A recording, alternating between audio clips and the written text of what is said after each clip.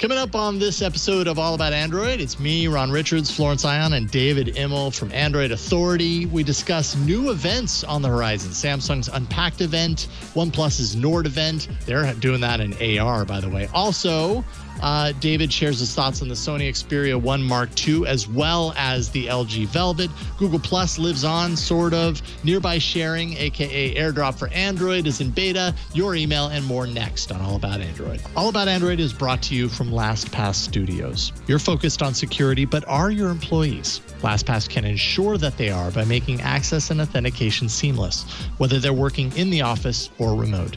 Visit lastpass.com/twit to learn more. Podcasts you love. From people you trust. This is Twit. This episode of All About Android is brought to you by ZipRecruiter. Hiring is challenging, especially right now, but there's one place you can go where you can get a quality candidate within the first day. That place is ZipRecruiter. Try it for free at ziprecruiter.com/Android.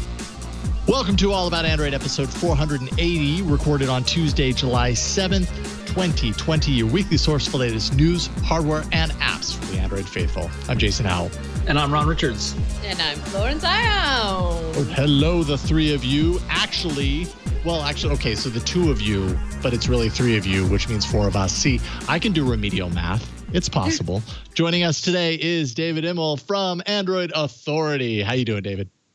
Hello, guys. As you can see, it's a little bit darker because I'm on the East Coast and you guys are still on the West Coast. So I don't know. Not Ron. Ron shares a coast with you.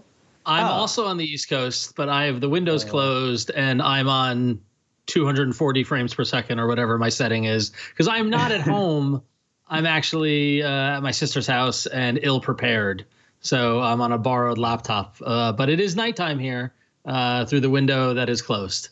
So you do look rested and relaxed. So okay. That's a good I am rested. I am rested and relaxed. I had help with the babies, and it's been very nice this past extended holiday weekend. But I'm now in a 14-year-old girl's bedroom doing the show once again. So, well, Ron, the brightness of your camera will make up for the darkness of David's background. Even out somehow in the grand scheme of things. I just think, honestly, David, I just think it's a mood. I think you're coming at us with a mood tonight, and I'm really curious to see what you come up with in this mood. I agree. And we all know David is about the aesthetics because David is always posting fantastic photos in his social media, aren't you, David? Thank you. All right, let's do that. Okay. Thank you very much. Let's do this. It's time that we start talking about some Android news because that's why we're here. So, Burke, take us there. It's time to defold and unpack the news. Whoa. Burke did like a real intro to Android news. That actually happened. You can thank Anthony for that. It's a whole new world. That was amazing. I mean, I was taking a drink from my water bottle. I almost did a spit take the second because you totally took me by surprise. I don't expect that. So you said we can thank Anthony for that. Is that because Anthony did it, or did he write your script? I have writers. He has a team writing his news bumper. Okay, all right. Flo, you got the freshest news story of the day. Super fresh. And I also have writers. Jason wrote this one for me. So Samsung announced the Galaxy Unpacked event. And guess what? Everybody's invited this year because they're holding it virtually.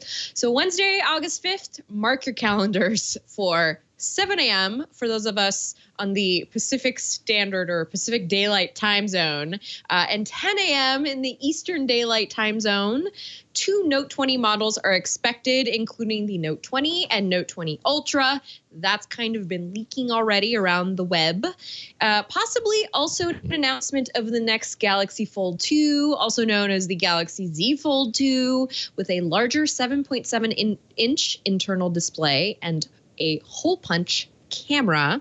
It's also possible that we will see the addition of a Galaxy Z Flip 5G, because what would 2020 be without 5G buzzing in everybody's ears like that mosquito that just won't die? 5G train is still rolling. No coronavirus is going to hold that train back. These leaked photos, like, are we certain that these are real? Because they look real. Like, this looks like a really nice phone, I have to say. The Galaxy Note 20 Ultra, which I think is what this pair of leaked photos is. Man, I don't know. I love that color. It's kind of like a bronze-ish color, or is that rose gold? Is this rose gold? I'm not really quite sure. Dave, what do you think? It's a bronze.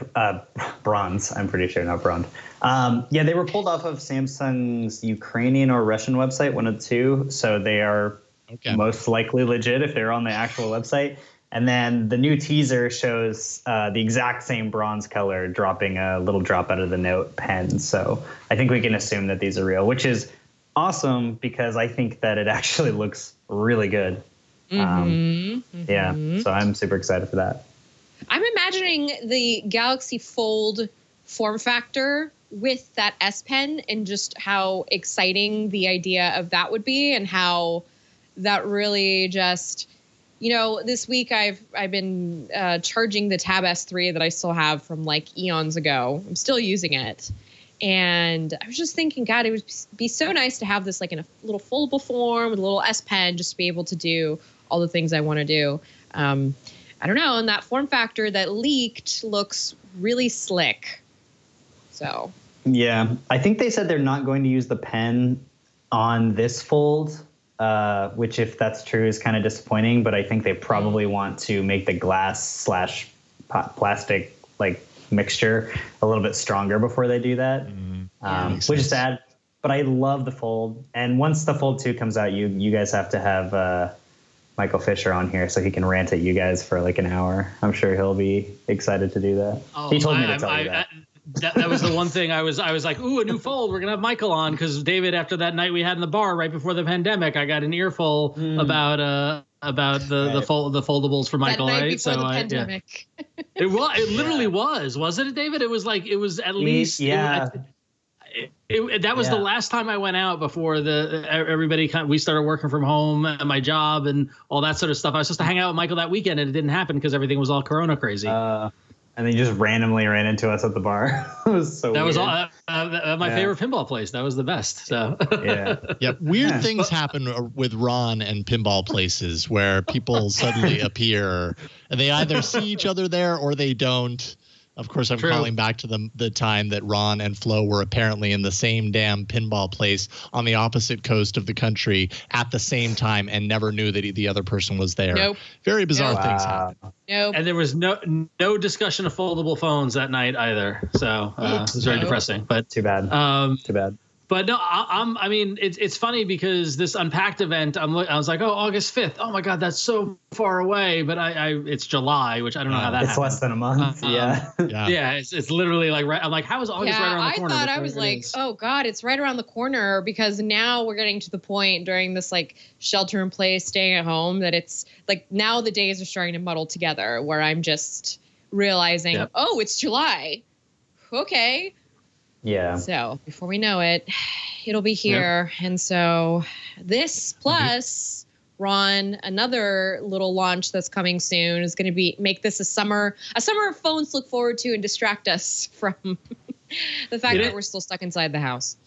It is exciting. That's a good segue to our next story, which is, the past couple of weeks we've been tracking the OnePlus Nord, which I don't think is a good name. But we've had some... David? Tell us why do you love it? Why do you love it? I love it because, and this is a bad reason. I really, really like the Nordic region, and it's gorgeous and cool. I kind of want to. I was thinking about writing an opinion piece called like, the OnePlus Nord makes me nostalgic for phones that had names that meant nothing, and there's a more concise way of putting that. But like back in the feature phone days, there were so many phones that just had names that didn't make any sense. And sure, you can not like it, but at least it makes them identifiable, right? Like people still remember those phones by their weird names. So they had also said that this is chocolate. Some sort of dignity associated with a descriptive name versus just a number or or Yeah. the repetitive type thing. Yeah. Mhm. So S8, S9, S10. Like, come on, let's get something unique. And I think they also said it was a line. It wasn't just a single device. So I think it's going to be their whole budget line, at least if I remember correctly. Okay. Anyway. Yeah. Well, so a little more news on this one. Amazon India sent out an invite for the AR launch event on July 21st. It's made to be experienced 21st of July is what they said. Then they soon pulled it, which is always a sign of a problem. The invite mentioned nord.oneplus.com/nordar. So a little hint that Nord is going to have some sort of augmented reality piece, maybe. I don't know. And then yesterday, OnePlus finally confirmed that event, July 21st at 10 a.m. Eastern, 7 a.m. Pacific, confirmed to be an augmented reality event so customers can experience the product from the safety of their homes. And there's a Nord AR app that must be installed on a device to participate. And you might remember that OnePlus had the world's first product launch in VR for the OnePlus 2 in 2015. So here we are again with OnePlus trying to, tap into technology to deliver the news about their phones. Do we think an AR experience is a good way to do an announcement? What could this be? Does anyone remember when they did the VR experience? Yeah. They sent out VR headsets or cardboard headsets. Yeah. Well, they were nicer than cardboard. They were plastic and they were free. That's true. And they only had I think they had like 500 available, but I was able to sign up fast enough to get one. I think I still have it somewhere. Yeah. But it was a pretty bad event. I don't know. Are you gonna use the AR app to experience it, or? Yeah, just because it's our job. We should probably see what they're trying to do and how well they execute it. And that's just like in 2 weeks from now. I know. It's like there's usually the summer is really quiet and I can relax a little bit, but I feel like coronavirus pushed things back a little bit. So like Asus is holding an event on the 22nd for ROG3, and then we've got this like the day before or something, and then we've got apparently now Unpacked like a week later. It's like, oh gosh, guess it's not a quiet summer. And then if the Pixel 4a ever releases, we'll probably get that too. Well, it's the beginning of fall push, consumer product push to get to the holidays, right? So they're teeing everything up. So it does seem like it's going earlier, though, as opposed to everything being pushed out. It seems like this is going earlier, but who knows? Well, the Nord AR app is available in the Play Store now, so you can go download it now and get ready for July 21st.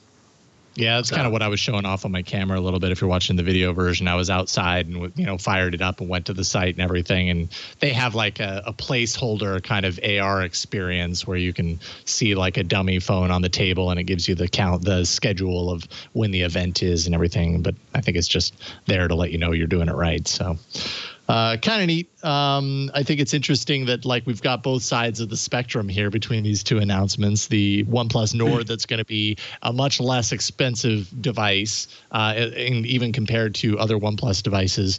And on the flip side, you've got the Note 20 Ultra, of which you can only imagine is probably going to be somewhere in the 1,500, if not more, range. It's going to be a flippin' expensive phone. So I don't know. Weird times. This is neat. We've been talking about this from time to time, and now we have the beta, and I've actually played around with it a little bit. Google's own AirDrop. So, iOS devices have AirDrop. It's for local peer-to-peer file sharing. It's actually a really cool system. I used it a couple of times, and it just works really well. We've had something similar to this on Android in the past. It was called Beam. But it did all of the file transfer, if I'm not mistaken, through Bluetooth and NFC. So file transfer was really slow, and not all phones had NFC. And it was around a number of years, but it never really took off. Well, now we have nearby sharing, which you can get right now if you are opted into the Play Store services or the Google Play Services beta track. Enable that, and if you're lucky, you will see nearby as a SharePoint on your share sheet, which essentially It's more similar to AirDrop. It uses Bluetooth to connect and then Wi-Fi direct for file transfer. They're targeting Android 6.0 and above for this. In fact, I tested it on my OnePlus. I think it's my OnePlus 5 that's running Android 7, and it works on there. And you get a quick settings tile that you can use. It doesn't toggle the mode yet, but I'm sure it will once they finally come out of beta. And it was really fast. Like I tested moving a 1 gig video file from one phone to the other, and it took a minute. So I thought that was pretty good. Not bad. Yeah. So do we need this though? Because like when I think about my own use case for this is often I've got a file on one phone, I want it on the other, and the thing that I think to do, which is pretty stupid considering we have so many different options through third-party developers, is like I email it to myself. And I don't know why I do that. It's just the thing I think of, and I do it. I upload it to myself in Slack in a DM and then go to the other device and download it from Slack. I do that on Slack and with Slack and with Telegram. I just upload like that. Like it's so sad that there isn't a more seamless way to do things. Like the only non-AirDrop solution that there really is Huawei Share. But then you have to have a MateBook and a Huawei phone for that. And it works really well, but when you're restricted to 2 specific devices, it just doesn't. I wish that Windows and Microsoft and Google would have a better relationship and just try to implement that in more natively to Windows, but I don't know if that'll ever happen. It just feels so late. Blurry. It feels like it's a necessity that they're working on that they should have implemented so long ago. But I don't know if it's gonna. I don't know. That's how I feel about it. I just don't know. Yeah, it does the trick. I have to say, like in my playing around with it, I've got an episode of Hands on Android that's coming out on Thursday, and it's going to focus almost entirely on this feature. And it's really nice to have it in the quick settings tile. Like they really have done what they needed to do to make it about as easy as it could be. You know, it appears right there in the share sheet, so it's there when you're looking to share something across, and it's fast, and it's not using like the way it was before. It's not using a technology that many phones just won't have. Most phones are going to have this technology now. So I think they're doing it right. And they're targeting Android 6 and above. So I think once people know that it's there and can trust it, then maybe there will be some movement on as far as like whether people rely on it, that sort of thing. Yeah. Well, it's no AirDrop. I'll give you that much. Well, how do you know? Is that a good thing or a bad thing? Well, it's a good thing, I guess, because it's not AirDrop. I don't know. I was going to say it's a bad thing because nobody's going to get unsuspecting memes sent to their phone, but I guess it's probably a good thing. Yeah, well, that's true. With this setup, that won't happen because it's all based on your contacts. It's contacts based. You can't keep it super open so that you're on a subway and someone realizes you are and just sends you a random picture. Do you really want that? Like, I don't. People do love to do that with AirDrop. They do love to do that in airports. Yeah. So, and that could be a fun a byproduct of the technology if they leave that in there. But I don't want that. So. Right. I could see why Google's like, maybe not. Do they have like the Wi-Fi SSID/password sharing thing where if someone else in the room has an Android phone, you can just be like, oh, I'm connected to the Wi-Fi. Tap my phone and then you could be connected to the Wi-Fi, or is that not a thing yet? Because that's so. The iPhone 11 Pro is the first iPhone that I've ever used, and there's so many features on it that I'm just like, this is really, really useful. I mean, I know what you do have in Android is you can go to your Wi-Fi settings and you end up with a QR code, right? That you could, if you have another phone, put your camera on it, the link comes up, and that will connect you to that Wi-Fi. So that's one way to do it. But I think I just showed you all my Wi-Fi. Anywho, probably edit that out. Not that you're coming over anytime soon. I was just gonna say, quick drive up to Northern California, and Well, if I do come over, I could come use your Wi-Fi next time I'm in town and I need Wi-Fi. Yeah, if I do come over, you'll probably give me the Wi-Fi anyway. So that's true. That's true. In fact, everybody, come on over. It's the first thing you ask for when you go to someone's house. Let's take a break, thank the sponsor, and then we'll get into some cool hardware stuff. In fact, David, you've been playing around with a couple of phones. I'm very curious to hear about these phones. But first, this episode of All About Android is brought to you by ZipRecruiter. Hiring can be difficult, especially right now. But if you're a company that's currently trying to hire, obviously, you face new difficulties. You may not have even seen these difficulties coming, but nonetheless, they're here. You still need to hire. You still need to fill that position. So it's very important. Well, HousingWire could relate to that. They needed to hire an ambitious reporter to cover news stories on the U.S. housing markets. So they actually turned to ZipRecruiter. That's how HousingWire found Alexandra Roja. Alexandra herself, she never imagined that she could get a reporter job during COVID-19.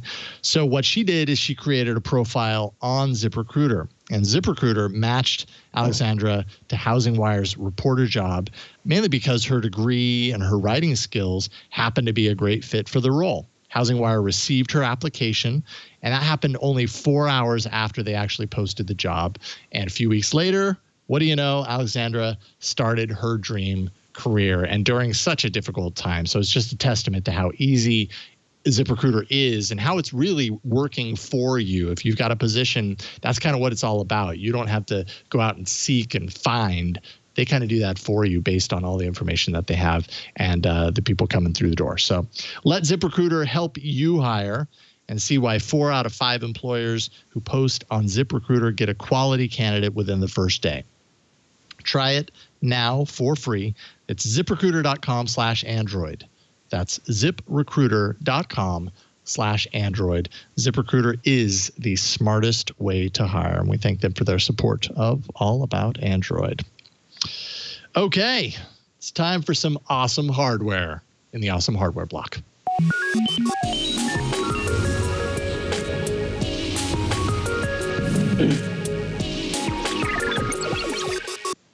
This is where David brings not one, but 2 phones on the show that we have not seen yet. Ooh. One that you're still kind of working on your review. We'll talk about that one first. The Sony Xperia 1 Mark II.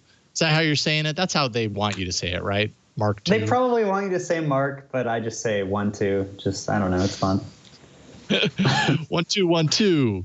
So you have the Sony Xperia 1 2. What do you think? What are your thoughts? What is it best at, if you had to pick like a category that it excels at? Yeah, so reviews going live in the next couple of days, probably tomorrow or the next day. But what I really like about this phone, it's very hard to see because it's very There we go. There's shiny. the Sony. Got to get the angle, yeah. So the last Sony phone that I reviewed was the Xperia XZ2, and that was like some of the Sony phones that they tried to make like water, where they were like rounded, and they took out the headphone jack for some reason, even though they're Sony. And like the whole thing with Sony for me has been they're probably one of the most well-positioned corporate companies, conglomerates, to make a smartphone, because our smartphones have not necessarily replaced but supplemented almost every electronic device that we have in our lives. They have their Bravia team for their TVs. They have their Alpha team for the camera. They've got all their headphones that they make. You know, it's like they're such a giant company, and they make top class stuff in every single category. Xperia XZ2 was really bad, in my opinion. Like, the camera was awful. It was a weird design. It didn't have a headphone jack. It just bothered me a lot. Xperia 1 Mark II, I think this is a fantastic phone. I will say, first of all. And you're asking me does it do best? I think just the general like use experience of the phone is really good. It's 21:9. Wow, that's blown out. Yeah, it's 21:9, which you do have to get used to a little bit at the beginning. But in my opinion, you get used to it really. Yeah, right. You get used to it really quickly, though, because like most phones are becoming like 20:9 or 20.5:9 at this point anyway. But I actually really like this narrow but also tall kind of design. What I like a lot about the UI is that they stripped almost all of their custom UI stuff and it almost feels like Pixel UI. Like it's just the most simplistic form of Android you can find. Like all of the apps, all the default apps are just Google apps. Like on the bottom bar here, I didn't even change any of these. So you got Google Phone, Google Messages, Chrome, Google Photos, and then you can swipe left and you get the Google Feed, or it's not Google Now anymore, right? Google Feed. And settings are the same. So it's a trade-off, because the good part about that is that it's super simplistic. You don't have anything that you don't want necessarily. But the bad part about that is that things that Google still has not added yet, like built-in screen recording, you're also not getting, because they haven't really added much. But overall, I still really like the UI. That being said, using that kind of UI actually kind of unlocks the Snapdragon 865 a lot in this phone. We have a full objective testing suite that we run a lot of benchmark stuff through. And this actually scored the highest in Gary Sims' Speed Test G, he's a very smart man who works for us. And it's scored as the highest Android phone so far.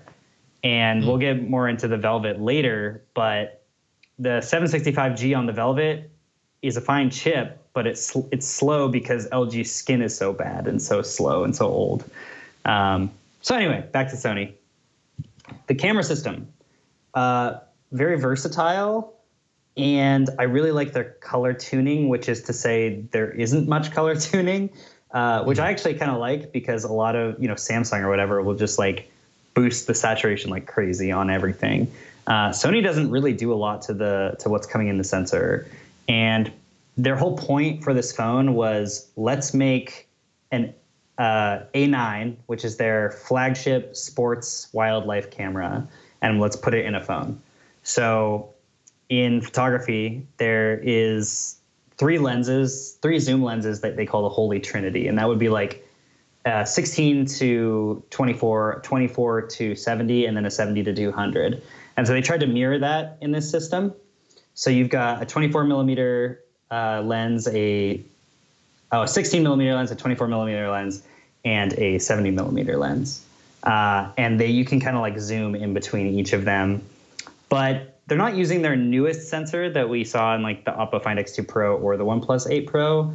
And the reasoning for that is because it's a very large sensor, and the bigger the sensor you put in a phone, the larger the image circle you have to be able to capture, and the more data comes through. And it's a 48 megapixel image. These are all 12 megapixel sensors, and they wanted to make this like the A9. And the A9's flagship feature is the fact that it can do 20 FPS raw burst mode shooting. So that's something that Sony is trying to bring with this phone. And it's actually pretty impressive. I've tested it quite a bit. It can do autofocus during every single one of those 20 frames, and it checks for focus 3 times per frame. So it's actually doing a focus acquisition / calculation 60 times per second, which is really impressive. There's pretty much no other phones that have done that. And the way they do that is they have actually put the DRAM chip directly against the sensor, which is what they do in the A9 as well to get that same capability.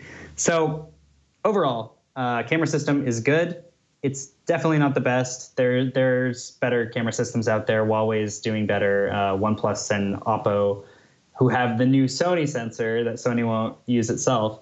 It's really good. It's got really good white balance. But it's fine and it's versatile. I would prefer to have like telephotos and a wide and a standard lens over like something like a color pop camera or something anyway. So whatever that means. Love having the headphone jack. Obviously, like it was weird that they took that away considering it's Sony and they make some of the best headphones on the market. And that's just like nice to have. And then you can have FM radio and all this other stuff. Side-mounted fingerprint reader is debatable for a lot of people. I've always liked it. They've always had that in Xperia phones basically forever. And then, it's a 4K display. So that is, you could make whatever you want of it. It impacts the battery life a little bit, but it has a 4,000 milliamp hour battery, and I got about 6 hours of screen on time, and my average is about 6 hours. So it's not bad battery life. It's not insanely good, but if you put your eye right up to the display, you cannot tell individual pixels apart, which is actually surprising. because on 1080p phones and even on 2K displays or whatever you want to call it, you can definitely kind of see the pixels. So, I mean, it's a good display. It's it's a Bravia OLED 4K HDR 10-bit, all that stuff. So, yeah, that's about it. The front-facing camera is pretty horrible, but that's because the sensor is really, really small. But they did put these bezels on the front of the phone instead of doing a notch. And honestly, I really like it. The bezels are crazy thin. So I would, and this phone is $1,200. Personally, I would buy this over the Galaxy S20 Plus, which is also $1,200, just because I like so many things about this phone more. But a lot of people are going to debate that. So anyway, that's that's a big statement. 5-minute elevator pitch. Yeah, I guess so. I think a lot of people would go, oh, at least here in the U.S., Sony has had a history on this show where we want Sony phones and we show them, but then for whatever reason they don't get a whole lot of attention, a lot of traction in the U.S. For a long time, the Sony Design aesthetic was just always felt really dated and same to itself. So I'm happy to see that Sony's kind of working out of that a little bit, because it's like, all right, here's another phone that looks just like the other Sony phones that have been released the past 4 years. This actually looks like a really nice phone. Looks like the display is a 60 hertz refresh rate. So when you're talking about these kind of higher range premium devices, now we're getting more and more used to the 90 hertz and 120 hertz. So that might be a little bit of a concession. They say that there's a motion blur reduction feature that I don't know if it simulates 90 hertz equivalents or what, but they're getting there somehow, sort of. But I don't know if it's probably that frame interpolation thing that they put, the hardware encoding that they put to get movies up to 60 hertz, and then it looks terrible. Right. Yeah. So that they can say that they can get there, so that they can put that in the spec sheet and be like, oh, actually, asterisk 90 hertz, sort of. Yeah. Yeah. But, so when I had the briefing for this phone, I got to talk to the engineer who works on the Alpha team for the cameras. And I don't agree with the decision that they made to use the slightly smaller sensor than the one they have available. But I understand why they did it, because they really, really wanted to have that same 20 FPS burst mode than that they have in the A9, and so that's why they sacrificed a little bit of image quality and low light performance to be able to get that. And I think an issue that Sony phones have had in the past is that everyone's like, you're a giant company who has all these resources and they're some of the best on the market. Why aren't you making the best smartphones on the market? This feels to me like one of the first phones that they've actually brought in a lot of people from different teams and been like, okay, how can we make a good smartphone? So, yeah, I like it a lot. Yeah. I mean, when you hold it up, it looks super slick and just so glassy. It looks like a really nice phone. Where can you buy a Sony phone, and what networks does it work on in the U.S.? This particular device. This phone is available at the end of July, so I don't really know why they sent out a review unit so early. They have 5G disabled on this phone, and they won't tell me why. I keep asking them, and they've said, we don't know what we can tell you publicly, but it has something to do with the amount of rollout of 5G that has happened so far. And I don't know if that means that they're waiting for Verizon to expand its millimeter wave coverage or what, but I know you can buy it from Sony directly and probably at Best Buy. They actually had a pretty good pre-order going on for a little bit, where if you bought the phone, you would also get their $300 truly wireless headphones that are super good and have noise cancellation for free, but that was only through the end of June, and this phone doesn't release till the end of July, so probably a missed opportunity there, but. But this is a common Sony problem. They've been doing this for years with the But it's also, I mean, looking online, you can get it at Amazon, you can get it at B&H, you can get it direct from Sony. So you can get it. It's expensive. Yeah. I mean, it's a Plus. I mean, yeah, it's $1,200 phone unlocked, right? That's pretty. I don't know. That's pricey. It is. I mean, yeah, it's in the upper tier. It's I feel like there was this quiet uptick of price through Samsung that nobody really discussed that much. The Galaxy S10 started at like $899, and then the Plus was the $999. But then this year, the smaller one was the $999, and the Plus was $1199, which is actually a $200 bump. Mm-hmm. So that's become like the norm. And I don't know if it's fair or not, but I usually use like Samsung's flagship as like a benchmark, because most regular people consider Samsung phones to be like Android's iPhone. They're a little like poster styled, you know? So with the phone being, it's expensive. Like you said, Ron, $1,200 for anybody to pay for a phone is ridiculously expensive, especially when almost any phone that has like 6 gigs of RAM can run Android fine now.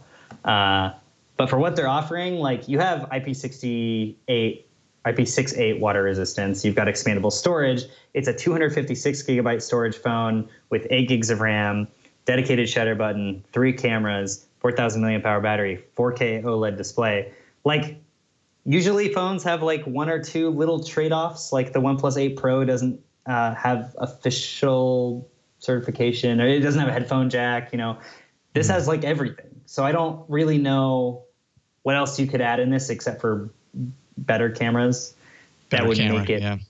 Yeah. And the camera's not bad. It's just like, I really would have liked them to use the Oppo Find X2 Pro's Sony sensor. But you know, maybe in the Xperia 1.3. One Mark. Yeah, I'm just trying to get over the Xperia 1.2 as a name. That's whatever. But 1.25. I don't know. Yeah. It's funny because I always see these Sony phones at Best Buy. Like you can get them. I never see someone actually using them. I rarely ever see them in the wild, but they're out there, I suppose. Someone's paying very popular in $1,200 Japan. for this. They're very popular in Japan. Every time I've been there, I see a lot of Sony phones, and they do have SKUs that we don't have here, but they're actually a pretty popular phone company in Japan. But I also feel like that's watching a K-drama and everybody's using a Samsung or an LG phone. You know what I mean? Like. Yeah. It's just Sony's always been this way. I don't know what it is. I don't know. It is How long strange. they can carry this. Yeah, their mobile department has kind of always been just like, we should make one for a vanity project, I guess. You know, they don't really treat it as like a main priority. I'm just thinking like in the early 2000s, like getting a Sony product always required some sort of price hike to get it because it was supposed to come with some sort of cachet. But I just feel like that doesn't really work for Sony in 2020. Yeah, that's true. Now, what about the LG Velvet? Because I know that you have spent some time with the Velvet. That's the one that a lot of people have been asking about. That's and that's a good name. That's a good phone name, LG Velvet. That's a good name, exactly. Is the Velvet descriptive of what you get? Look at those colors that you get just on the webcam. Mm-hmm. Yeah, they're good. They're good colors. They have like 6 colors of this phone, and there's a lot of really good ones. This one is sunset, and then they've also got this really nice green, black, gray, and then some other colors.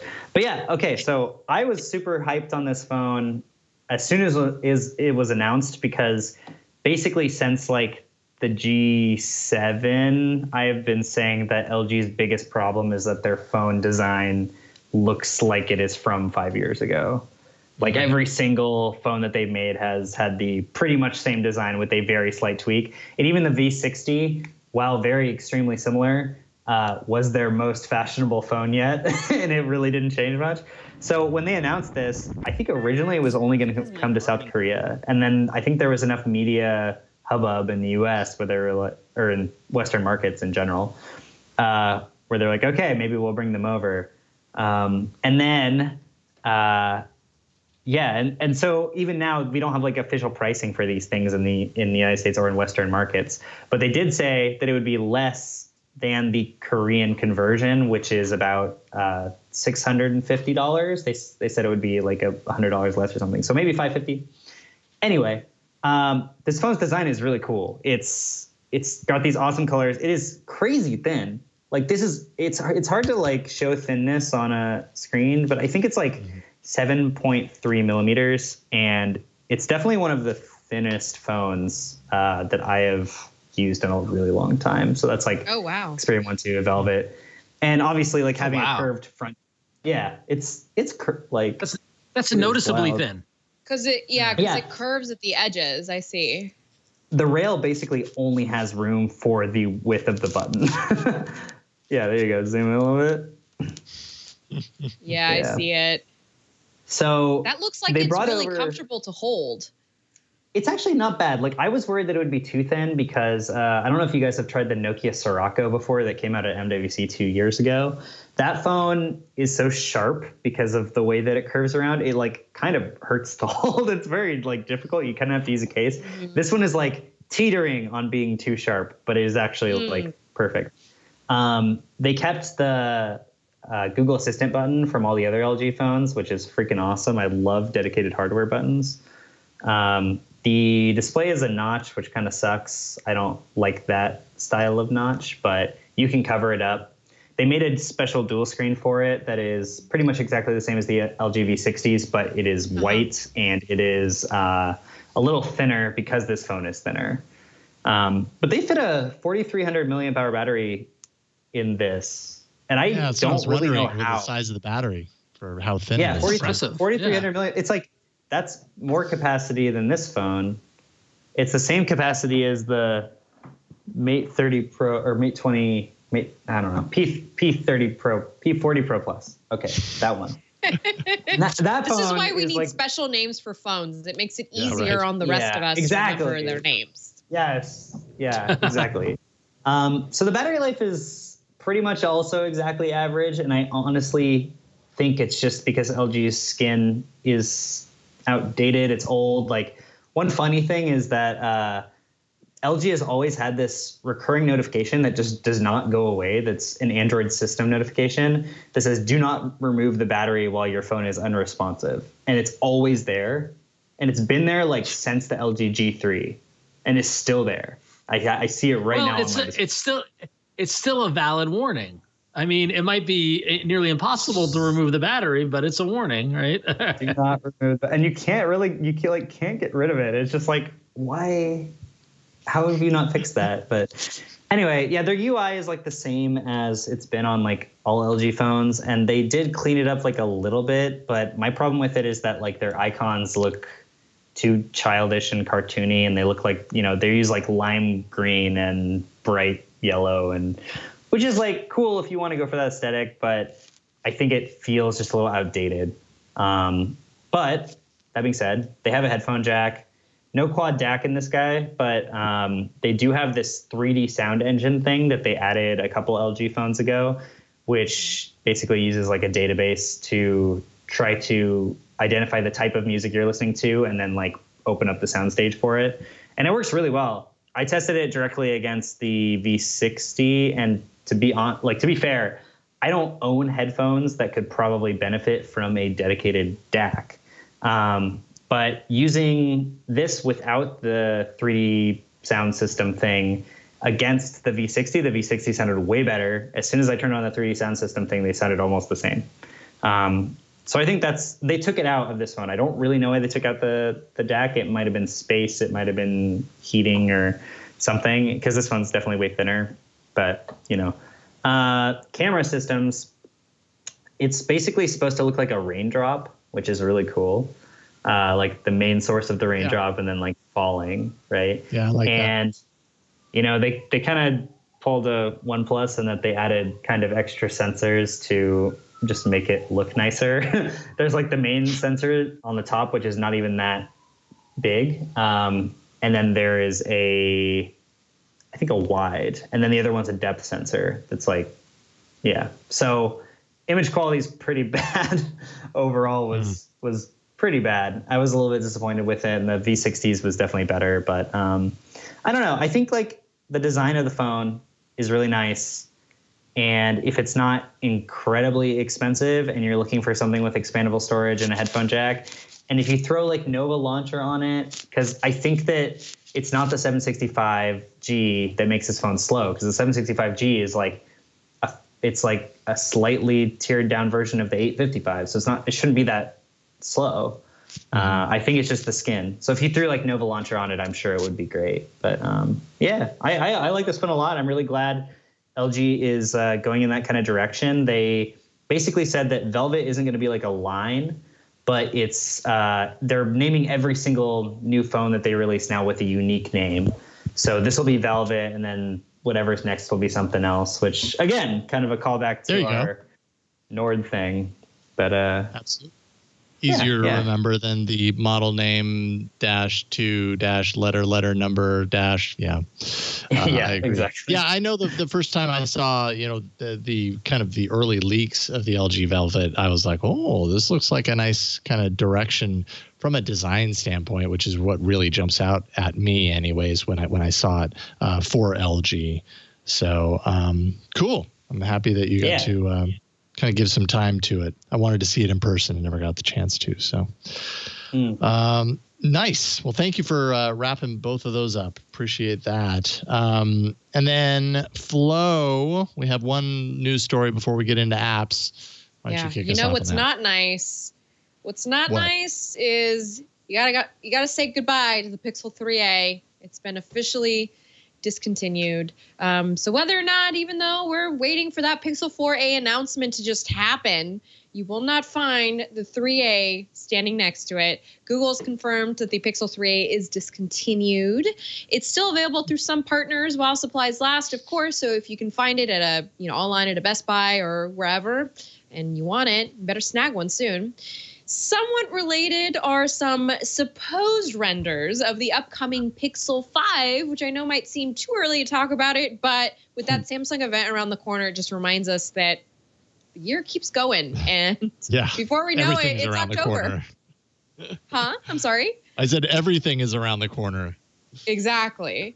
Now, this comes from an unproven source known as XLeak7. But if it's true, it basically means that the Pixel 5 will be a small step up from what we had expected the 4a would release. That is to say, it's probably not, or rather, the rumors are saying it's not a premium flagship. We kind of know that, but again, it's not like super confirmed.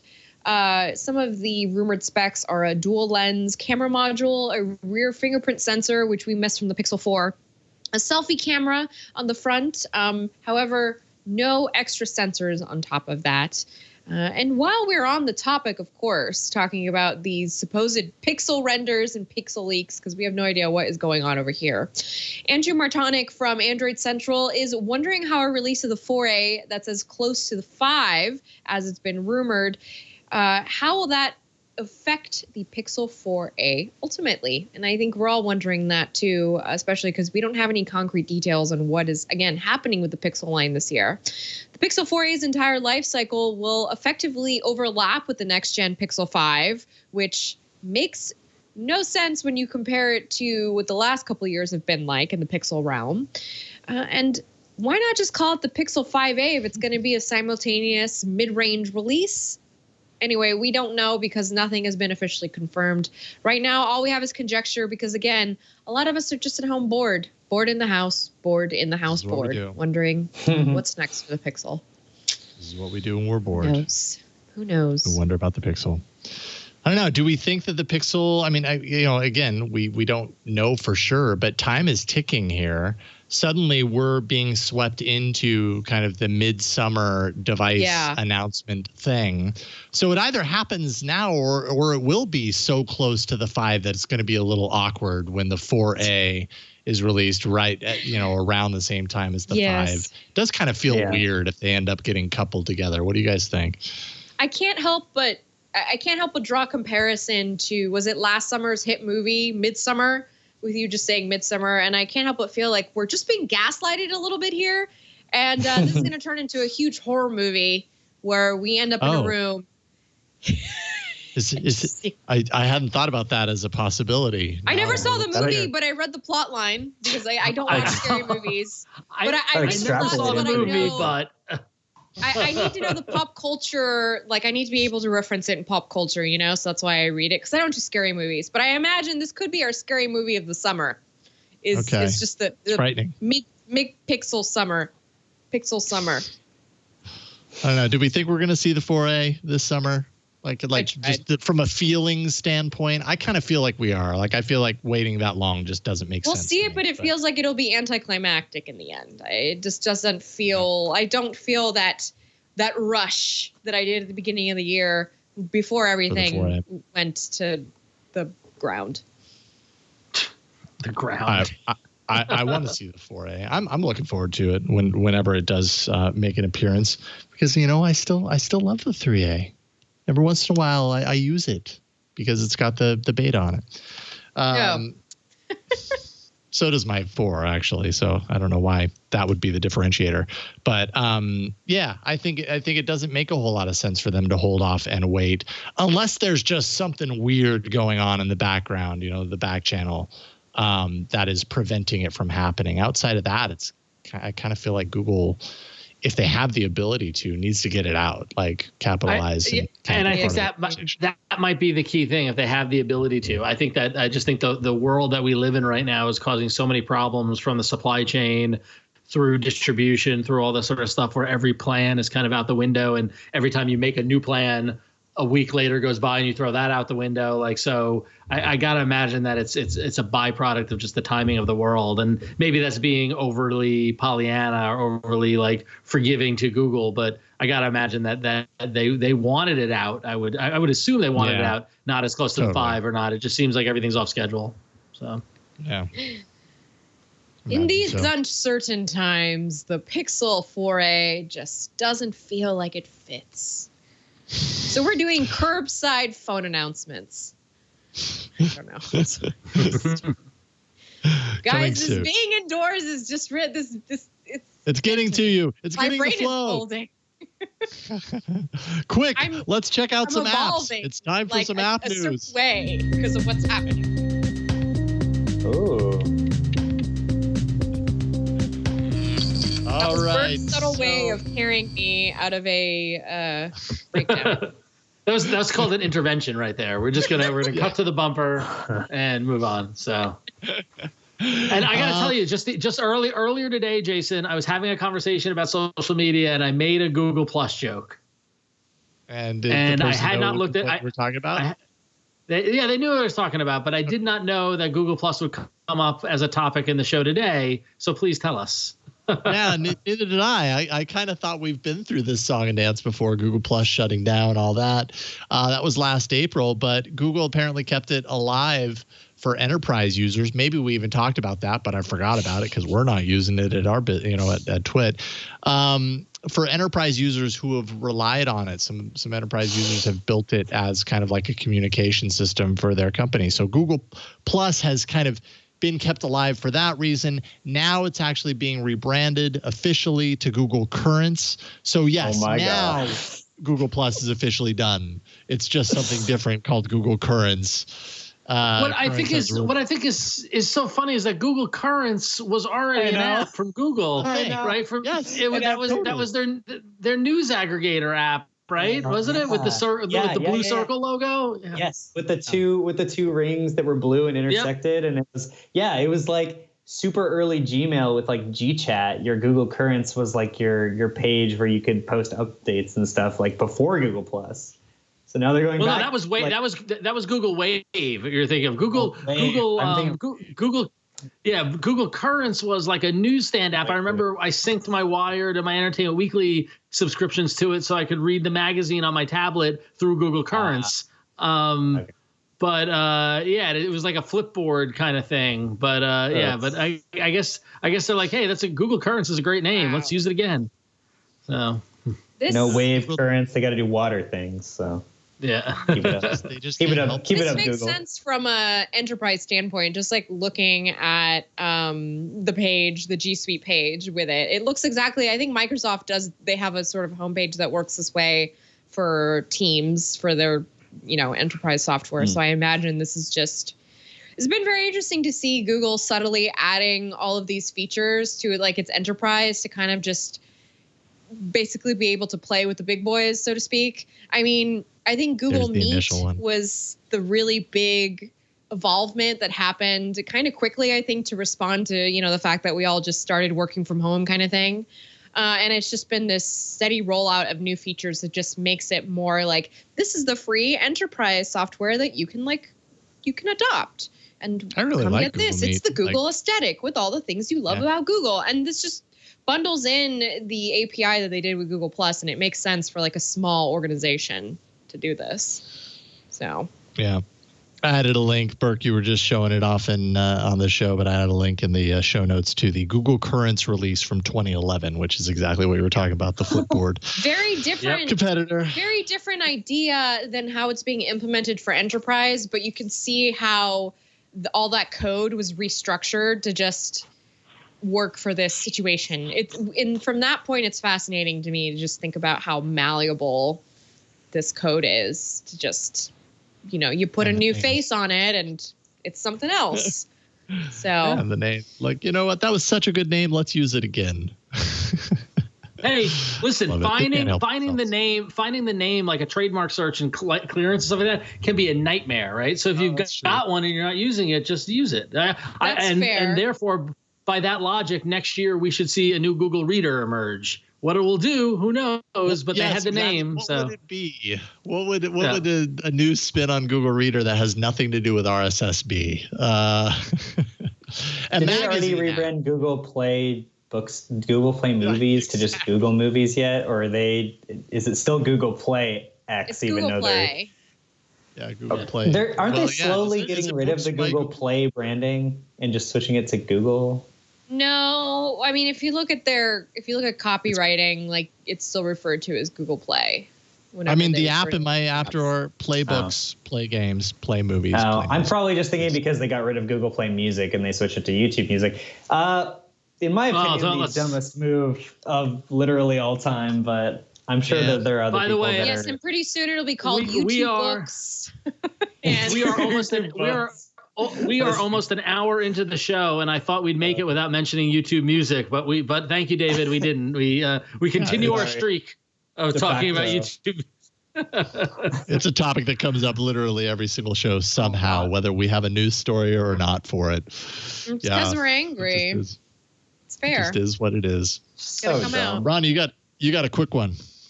Oh yes, I do. Well, this is and by the way, this is more trolling flow than news, but we can't not do it, so we have to. But so listen, if you are a user of the Dark Sky weather app, you got a stay of execution. Of course you were. You got a stay of execution. It was going to be shut down on Android on July 1st, but they've extended it to August 1st. So you get one more month of reveling in your favorite weather app. Flo, how are you spending more time with Dark Sky now that you got this extra month, or have you moved on? I uninstalled it as soon as I switched over to the OnePlus 8. I'm not using it anymore. And quite frankly, I'm a little disappointed at this extension because this is another month I don't get my refund. All right, so Flo, if you don't have Dark Sky, then what do you have? It looks like you are in the hot seat for the app spotlight since we aren't doing the arena anymore. And, you have a weather app. So is this what you're using in place of it? Yes, and guess what, guys? Because I try to keep things relevant around here. You can use this with the Play Pass. So if you're paying for that Play Pass subscription, I found you another app to download with one tiny little caveat before we get into it, which is that this app has not been updated since last year. Don't know what's going on with this developer. Wow. But the reviews, they've got over 82,000 reviews, the 4.5 out of 5 stars. So, I mean, and I've been using the app, and I will say aesthetically, it does not fill in the gap for Dark Sky. I think one of the big reasons that I was so attracted to Dark Sky was that minimalistic, like, it's very info-centric. It kind of reminded me a lot of Material, like the Material design on Android. And I like to continue in that aesthetic interface-wise. And this one might be a little, it's a little different. The widgets aren't as simplistic as the ones that were on Dark Sky, but you know what? It is a very informative app. So if you're really into the weather and kind of knowing on what's going on in the world, this is a really good app. It's called, I realized I didn't even say what the name was. It's called Weather Live, and it's by the developer Apple on Apps. It's $6 if you want to buy it and you don't have the Play Pass, or if you have the Play Pass, you get it for free. And one of the reasons I really like it is because it gives you it pays attention to detail. So you get things like there's a visibility counter, so it'll let you know how far ahead you can see. So on my screen, I don't have a visual of it, but I'll describe it quickly. On my screen, there's a little section for visibility, and it says 10 miles ahead, which is good. It's nice weather to drive, and well, that's all we can really do these days. There's also a UV indicator, which I think is great for the summertime right now, especially with the sun blaring down on all of us. It'll tell you how high it is, whether you should slab on that extra layer of sunscreen. There is info for the sea, including the sea, just the general sea. There's information that lets you know how warm or cold the water is. So the water near me right now is 57 degrees Fahrenheit, and we're dealing with a 5.2 foot wave height. This is really good information if you are, paddleboarding or you're surfing. This is just good info to have that you can quickly jump in without having to Google it. I think one of the things about the weather is you can always get the information through Google, but sometimes it's nice to just have it available on, in one tap. And this app is nice because it just puts it all on the front screen. You just keep scrolling and scrolling on that first app screen to get it. A couple other things I really like about it: gives you wind direction, wind chill. There's no chill right now, I'll tell you that, where we are. It's 85 degrees is the wind chill. So that's so cold. There is a photography panel. So if you are like our friend Aunt Pruitt, really into golden hour, this will tell you the perfect time to go out and take those shots. Get your portfolio worked. David, you might be able to use this maybe for, with your medium format camera and kind of get some of that lighting going. So a lot of really good information, the placement of the sun and the moon, when sunset and sunrise is, as well as, of course, the actual weather. Now, there's one little other caveat that I would like to say, which is if you turn off location access at all times, what's going to happen is I've set it to only have location access when I go into the app. It's going to default to the location of your Wi-Fi router. So if you're connected to Wi-Fi, my IP address is based in another city. So I'm getting weather information for the next city over versus exactly where I am, which is a bit of a kind of a whatever, but it's okay. It's fine. You just go in and refresh it and you can put it into your location of where you are actually. So Weather Live, one of the most thorough apps I've managed to find to fill in that hole that Dark Skies left. But when it comes to design, I'm still looking for a weather app that really fulfills that niche for me. So I'll let you know if I find it. I'm still looking though. Right on. Weather Live. Weather Lives by Apple on Apps. Yeah, I do hope for you, Flo, that you find that you find the weather app that fills your heart like Dark Sky does. And if it's Weather Live, I wish you well. Well, it's just in terms of, I'm really, if I can't find an app that fits me aesthetically, I'm into finding an app that will just be an incredible utility. So it's pretty much the apps that I have that do these functionalities, like that app I brought to the arena weeks ago, Loonscope, something like that. It gives you all the phases of the moon and like where the moon's going to be. Again, I like it to just be really thorough. Just, if you're not going to be pretty, then just be really thorough. So right. That's fair. where I'm at. Fair. Everyone deserves I used to find be weather peace. really obsessed with that Google Earth feature where you could like point your phone up at the sky and see where all the planets were and like where all the stars were. And yeah, way back in the day on my HTC Thunderbolt. Oh, that was kind of magical. First time that I did that anyways, but I imagine for a lot of people, you go outside, you put your phone up and it's like tracking with the sky. I was like, whoa, smartphones are cool. Yeah, yeah, pretty much. What else can this thing do? Yeah, pretty sweet. Right on. That is Weather Live.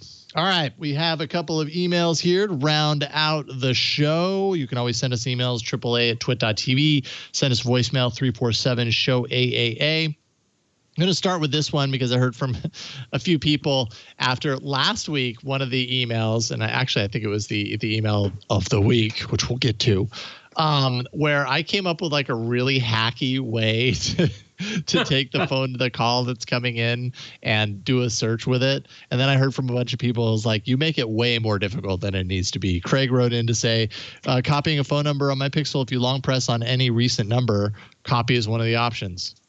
There you go. So you just kind of long press on it, and hey, that works too. But I just love that Craig signed it off as "Hope this helps."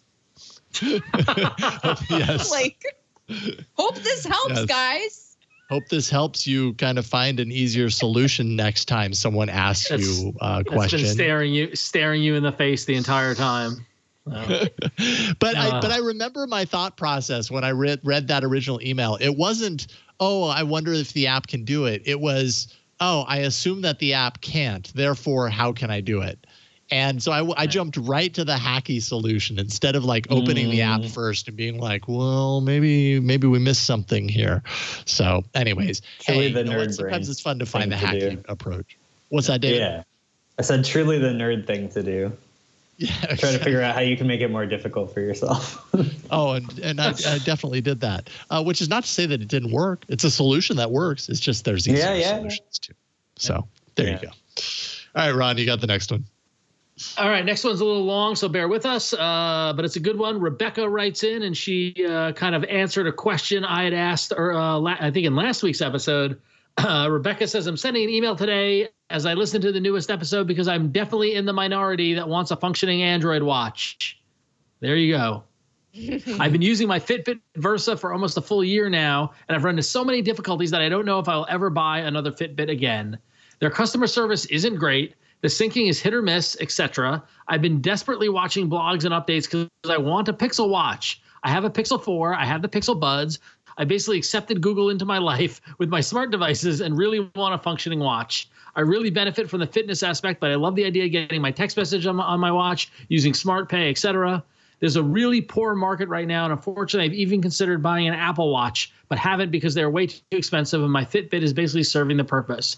I know I'm probably a minority, and you guys are probably right that a lot of people are not interested, but I wish that Android would come up with even one better than mediocre watch. I do agree a lot with Flo, though. The watches that are average are huge and made for men's wrists. The Versa is the perfect size for me. Signed, Rebecca, a loyal listener and someone who wants a watch. So Sorry, Rebecca. I don't know. So is there a mediocre Android Wear watch that Rebecca can use, or is she just SOL? Because I don't think a Pixel watch is coming.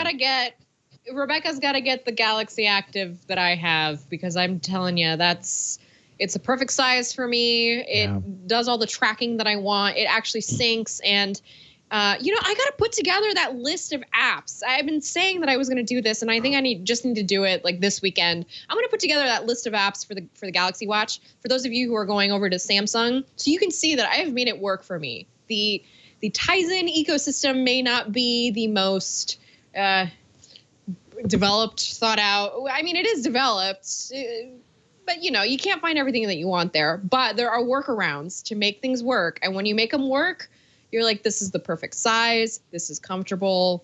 I don't get rashes. Fitbit man, giving me rashes. Flo, have you played with the Fossil Women's Gen 4 Venture? No, phone? But I don't. Because Fossil is probably anymore. It's Fossil. I know. Aside from Android Wear, Fossil is probably your best bet for a Google anointed phone. And what's that, David? What are you showing there? Is that a Fossil David watch? has a hybrid. I have one of those Q hybrid. Too. It's very my aesthetic. It does exactly what I like, because I don't want more like, it does notifications actually, and it will read you text messages and all that stuff.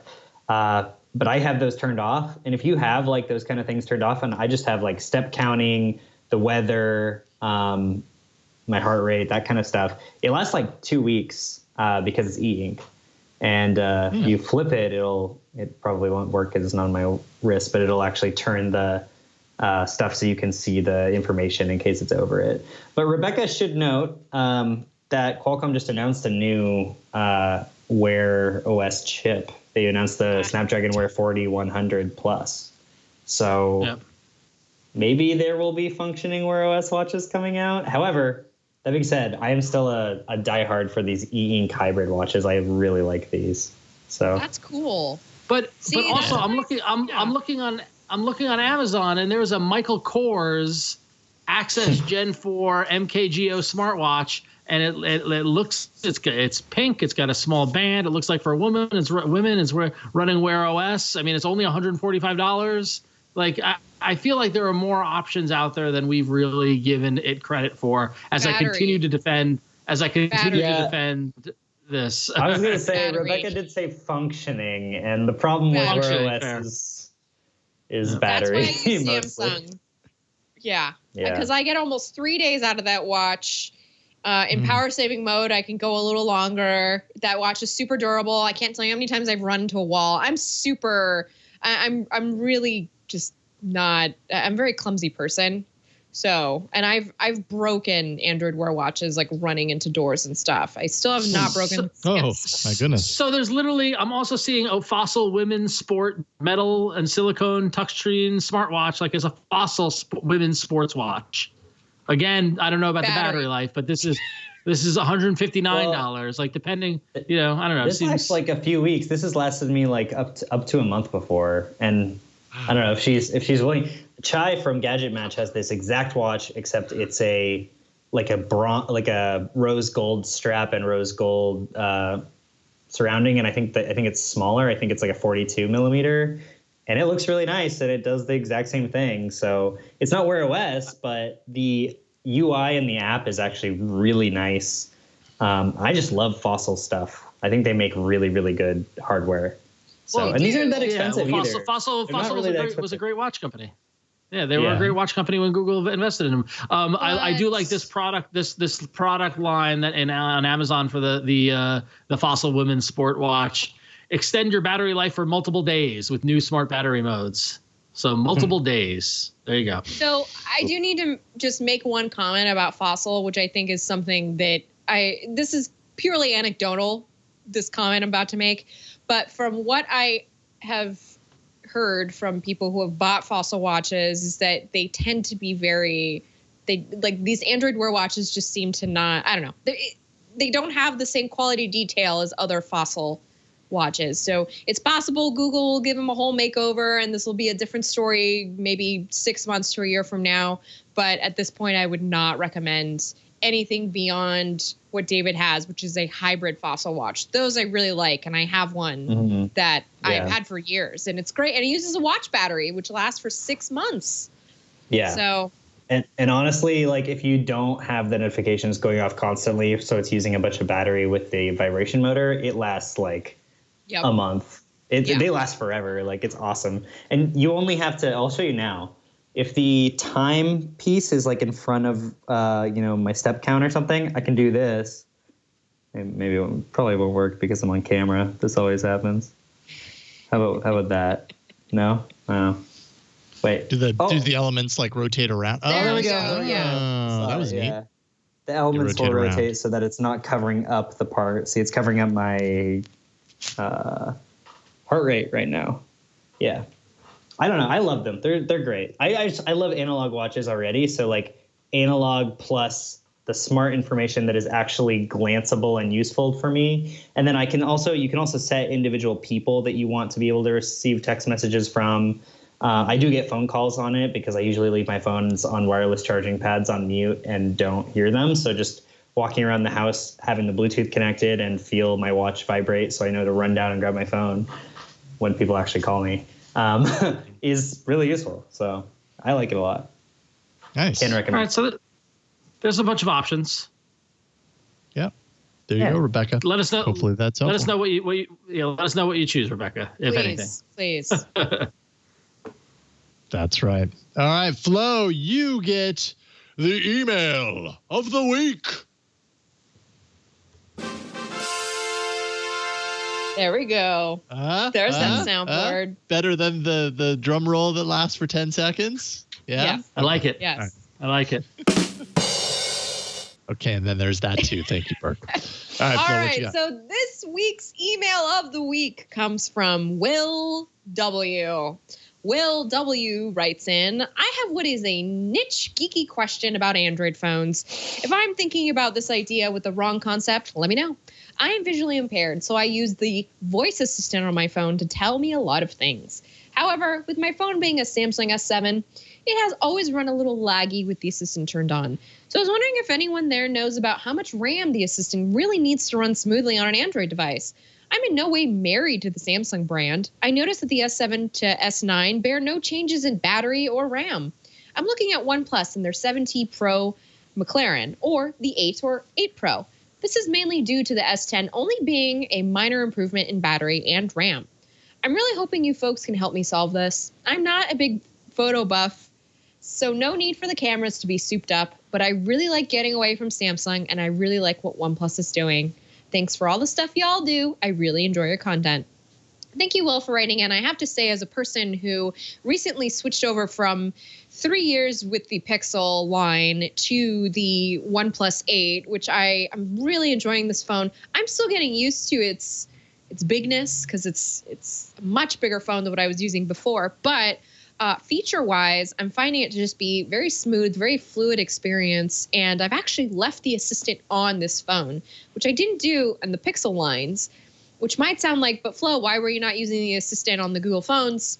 We'll talk about that in another episode. But I find that it's very fast. This phone is very responsive. And I think, Jason, if you remember the spec sheet, maybe David, I think it's 12 gigs of RAM is in the OnePlus 8. OnePlus 8. The standard 8, I believe, starts at 8 gigs of RAM. It's and then goes up to 12. I think the review unit that I have in has 12 gigs. So I should say that. Which might be why it just feels so nice and fluid. But I think that extra RAM does help in the same way that I have been putting extra memory into my PCs all these years to kind of just try and keep things going. You know, it's like changing the oil in your car. It doesn't necessarily fix the things that are wrong with your car, but it does help maybe some things run a little smoother. So I just kind of feel like OnePlus is a good idea to give a try. I will say, however, I have not tested the accessibility features on the OnePlus UI or the Oxygen OS. They shouldn't be any different from Android's built-in features, but that's just something that I want to make note of because I know that those are things people really rely on, and I don't know that experience, but I do know that I like what I have so far from the OnePlus 8, so might be worth considering. You know what's really cool is wait, let me let you talk because I no, go for it. I want to hear. Please, you're our guest. You're our guest. Do it. Yeah. Okay. So OnePlus is always one of the first companies that gets the Android beta ever since they opened it up to more companies than just Google. And something that is in the Android 11 beta is a new accessibility voice control feature. I think Dieter Bohn at The Verge did a whole video on this. Yes. But it's really, really good. It basically lets you completely control your phone with your voice. It's crazy fast. The assistant works really well. So if he's going to get a OnePlus phone, and he said he had a very geeky, nerdy question, so maybe he's willing to install an Android beta on his phone, that could be a really good option. And OnePlus is typically the ones that they push through software updates much quicker than Samsung does. Mm-hmm. Yeah. Right. Yeah. So, and they're usually one of the first. I think last year, once they announced it at I/O, it was essential. It was a day later, and then OnePlus was 2 days after them or something like that. But OnePlus is always very fast.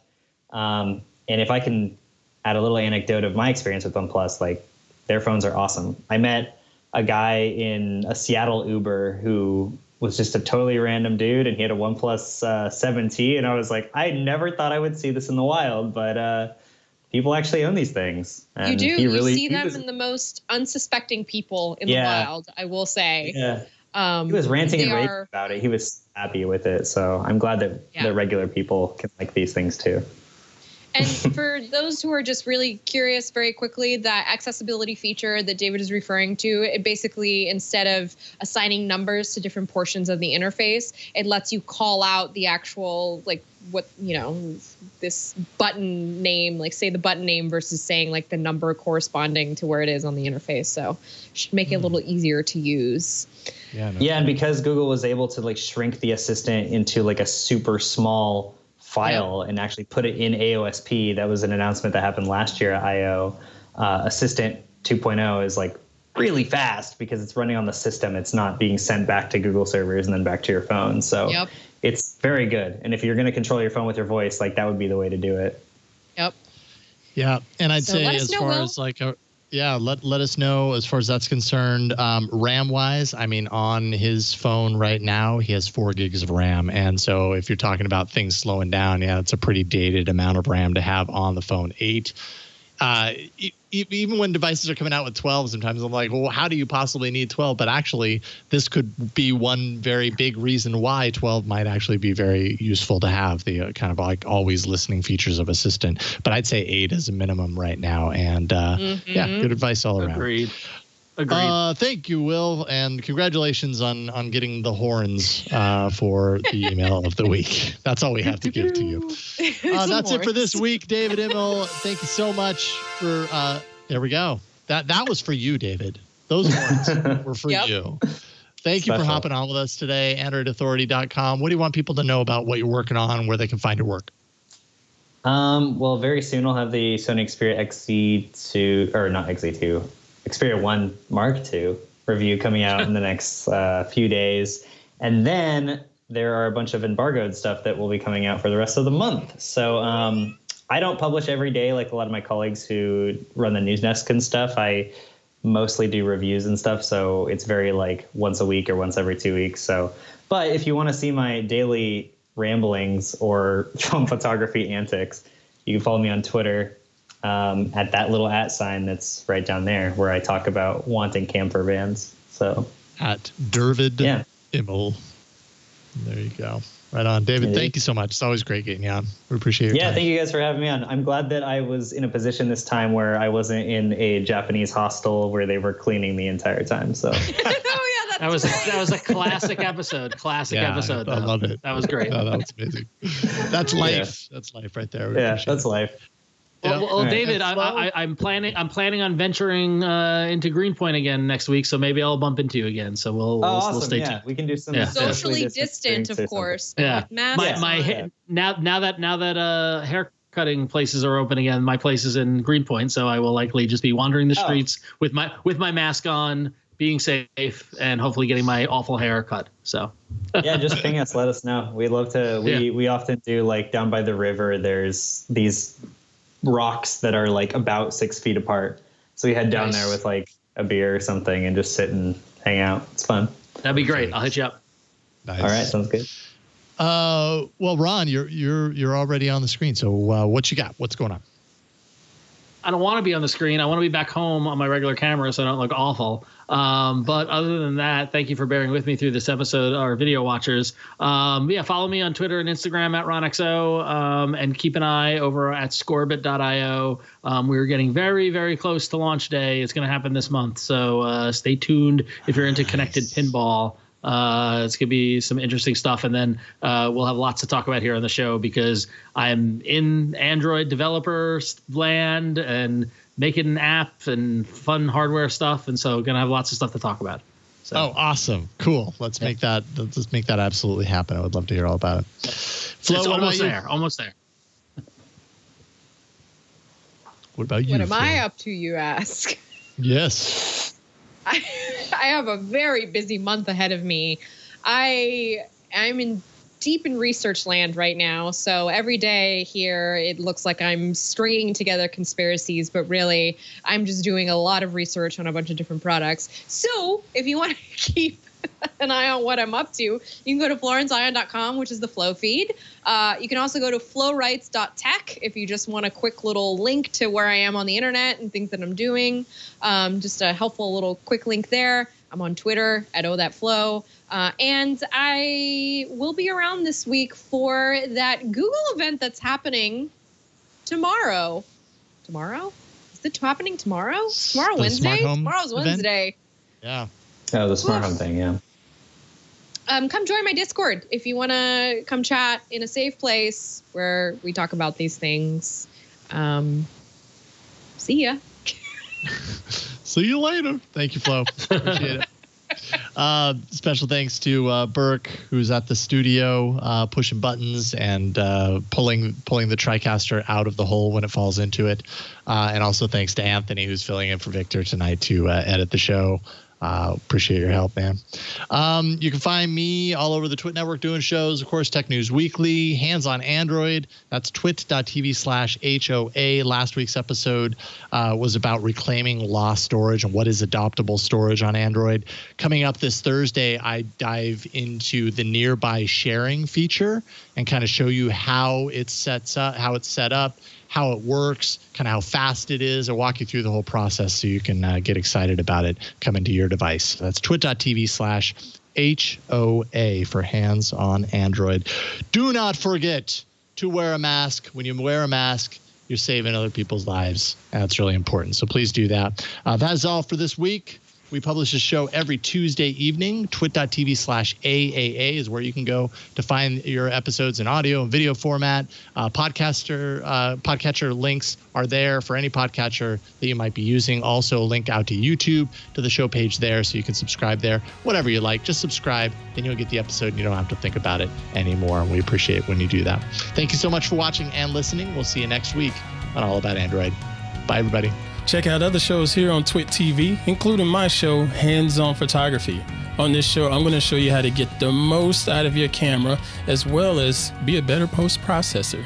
So head on over to twit.tv/hop and subscribe now.